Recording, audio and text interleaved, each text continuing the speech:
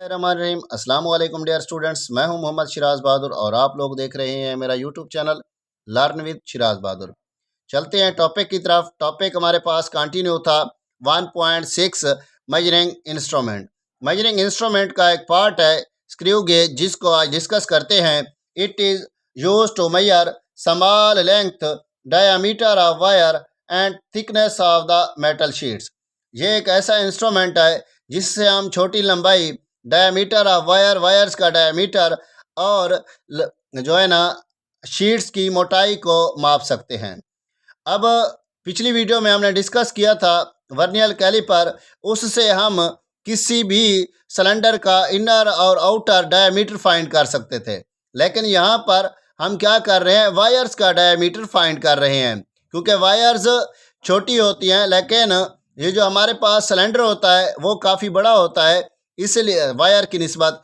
इसलिए ये जो वर्नियर कैलिपर है, स्क्रू गेज वर्नियर कैलिपर की निस्बत मोर एक्यूरेट होता है। It is more accurate than vernier caliper. ये वर्नियर कैलिपर की निस्बत ज़्यादा दुरुस्त होता है।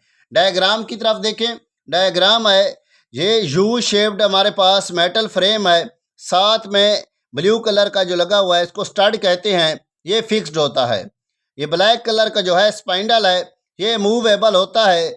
ऊपर ही इसके सर्कुलर जो लगा हुआ है ये लॉक है। ये लॉक इस टाइप का लॉक होता है जैसे जो है ना हमारे पास प्रकार के ऊपर लॉक लगा होता है, जिस पे के अंदर हम पेंसिल को फिक्स करते हैं और लॉक को टाइट कर देते हैं। ये मेन स्केल है जो हॉलो सिलेंडर के ऊपर फिक्स होती है, और साथ में सर्कुलर स्केल है। ये इसकी जो है 100 डिवीजन्स पर मुश्तमिल होती है। ये थंबिल है, पूरा का यहाँ से स्टार्ट होकर यहाँ पर एंड होता है, ये थंबिल है।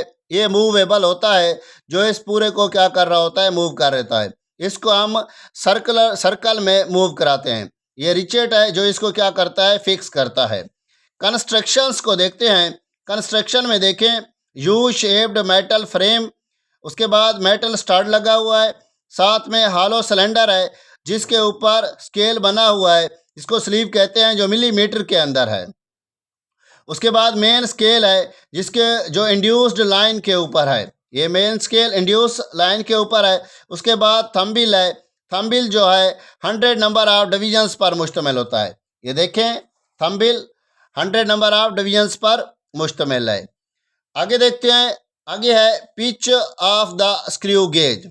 Pitch of the screw gauge, the distance between conjunctive thread on the spindle is 1 millimetre is called pitch of the screw gauge. ये डिस्टेंस है कंजक्टिव थ्रेड का ऑन द स्पाइंडल के ऊपर जो 1 मिलीमीटर होता है, is called pitch of screw gauge.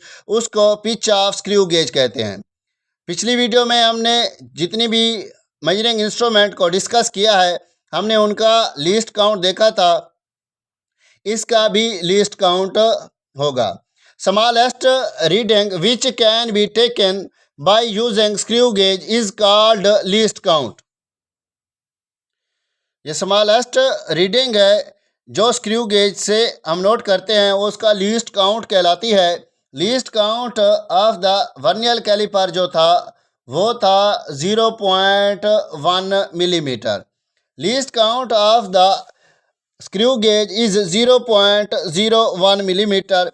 इसका जो फार्मूला है वो क्या है, least count is equal to pitch of screw gauge over number of division on circular scale.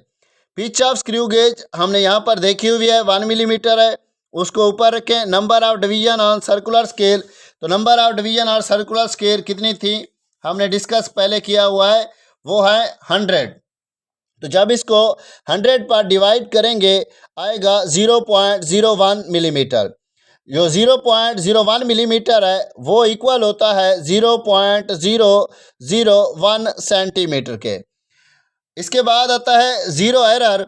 Zero error कल हमने पिछली वीडियो में डिस्कस किया था जो वर्नियर कैलिपर का। इसी तरह स्क्रू गेज का भी ज़ीरो एरर होगा।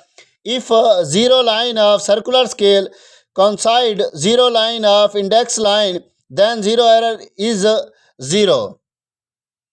अगर सर्कुलर स्केल की ज़ीरो लाइन इंडेक्स लाइन की ज़ीरो लाइन के साथ बिल्कुल कोइंसाइड कर जाए यानी अटैच कर जाए, मिल जाए, तो zero error will be zero. तो वहाँ पर ज़ीरो एरर ज़ीरो के इक्वल होगा, कोई भी ज़ीरो एरर नहीं होगा। उसके बाद ज़ीरो एरर की दो टाइप्स हैं, positive zero error and negative zero error. If zero of circular scale lies behind the index line than zero error will be positive. अगर हमारे पास सर्कुलर स्केल का जो लाइन है वो इंडेक्स लाइन के बिहाइंड यानी पीछे चली जाए तो ज़ीरो एरर हमारे पास पॉजिटिव होगा। अब देखें यहाँ पर जो है ज़ीरो नज़र नहीं आ रही, 20, 30, 25, 20, 15 और 10 है। यहाँ पर जो इंडेक्स लाइन है जो ज़ीरो उसकी है उसके सामने क्या आ रहा है, 20 आ रहा है। तो इस 20 को क्या करेंगे, हम इसके लीस्ट काउंट के साथ मल्टीप्लाई कर देंगे तो हमारे पास इसकी वैल्यू आ जाएगी। 20 को मल्टीप्लाई करेंगे 0.01 मिलीमीटर से तो लीस्ट काउंट इसका मैयर हो जाएगा। तो ये लिस्ट काउंट क्या होगा, पॉजिटिव होगा। इसका ज़ीरो एरर क्या होगा, पॉजिटिव होगा लिस्ट काउंट के साथ मल्टीप्लाई करने के बाद। उसके बाद है negative zero error. If zero of circular scale cross the index line than zero error will be negative. अगर जो सर्कुलर स्केल की इंडेक्स लाइन है वो क्या कर जाए, इंडेक्स लाइन को क्रॉस कर जाए तो ज़ीरो एरर क्या होगा, नेगेटिव होगा। यहाँ पर देखें ये जो सर्कुलर स्केल की ज़ीरो है इसने इंडेक्स लाइन की यानी मेन स्केल की जो लाइन है ज़ीरो लाइन इसको क्रॉस कर लिया है तो हमारे पास जो ज़ीरो एरर होगा वो क्या होगा, नेगेटिव होगा। तो पिछली वीडियो में हमने देखा था कि ज़ीरो करेक्शन किया था हमने, जो हमारे पास आंसर आया था उसको हमने करेक्ट फॉर्म में लिखा था।